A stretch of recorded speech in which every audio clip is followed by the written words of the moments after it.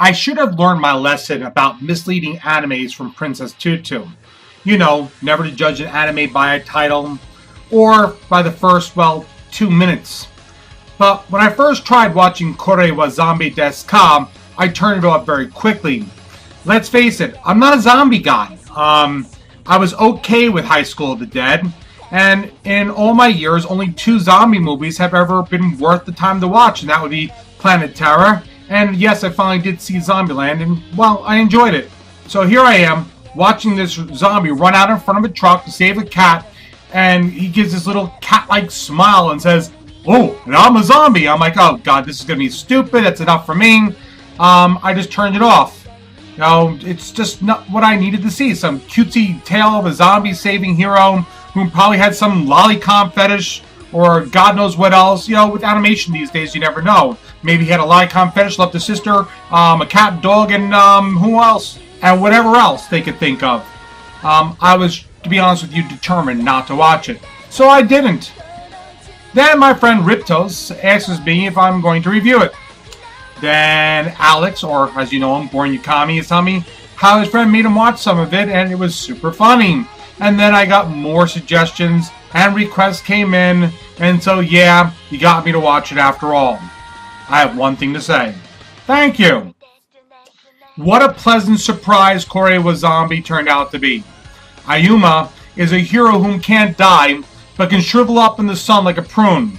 But he also becomes a Maho Shoujo, and if anybody needs a translation, magical girl, and at this point, you really shouldn't need the translation for that. Complete with typical animation transformation. I think Alex might have been a little disappointed because they didn't show the usual crotch shot that they do with the magical girls. Hey, there's always seems to be one of those transformations, one of those scenes in a transformation, right? Let's see how deprived the audience can be by showing a little girl transform. Yeah, sorry, just a little bit of a rant. Anyway, he was made into a zombie by a necromancer from the underworld called Helsith Euclid, if I said that right, or you for short. And from now on, I will be calling her you. Don't ask me to try to say that name again. She did so for, well, from what I can tell, for 2 reasons. One, he tried to befriend her, and you, whom can't show emotions or speak, appreciated the effort. And number 2, because he was murdered in a horrible fashion, and he wishes to seek out his killer. Yu is extremely powerful, and there are reasons why she doesn't speak. You see, her words can even have power to them. She is that powerful of a magician. There's a lot more about her, but if you really want to understand, you need to watch the anime. Then you have the obligatory magical girl, Haruna. She's apparently a genius who can never remember anyone's name. She finds herself in a lot of trouble when she tries to erase our hero's memories of her, and finds herself, well, basically stripped of her powers. See, apparently zombies can absorb magic. And if you want to see or understand more about that, well, again, you need to watch. Not much longer than you can say wink wink, you have yourself a vampire ninja joining the fray. Yes, I said that, a vampire ninja, whom is seeking you to help her and her village in the midst of a war with another group of vampire ninjas. She winds up joining Ayuma's growing harem, making for an interesting companion whom always has such nice things to say about him. Her name is Seraphim, or Sarah for short. Another girl also tries to join this harem, Kyoko, but she has other reasons why she wants to be alone with our hero. Is that ambiguous enough for you? I hope so. Watch it!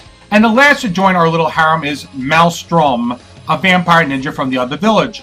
By the way, did I tell you they live by a very super strict honor code? Yeah, it's something that creates an issue for Ayuma. But again, I can't tell you much. Just watch. On the non-I love you Ayuma side, or the antagonists, are the Megalos, strange creatures who seem to be attacking the city or people for random reasons.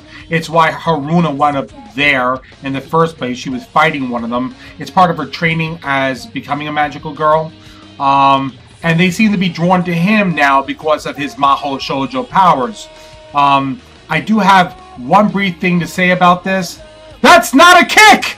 Those who have watched this anime are chuckling right now, and those who have not, well, again, if you wish to understand, watch. Lastly, you have the King of the Night, another zombie whom you tried to kill because his heart is filled with malice. He's not happy with his immortal life, nor is he happy with you for making him a zombie. So what happens? Is there an epic showdown between the two zombies? Maybe. Does the magical girl ever transform again? Maybe. Does you ever say a damn thing? Maybe.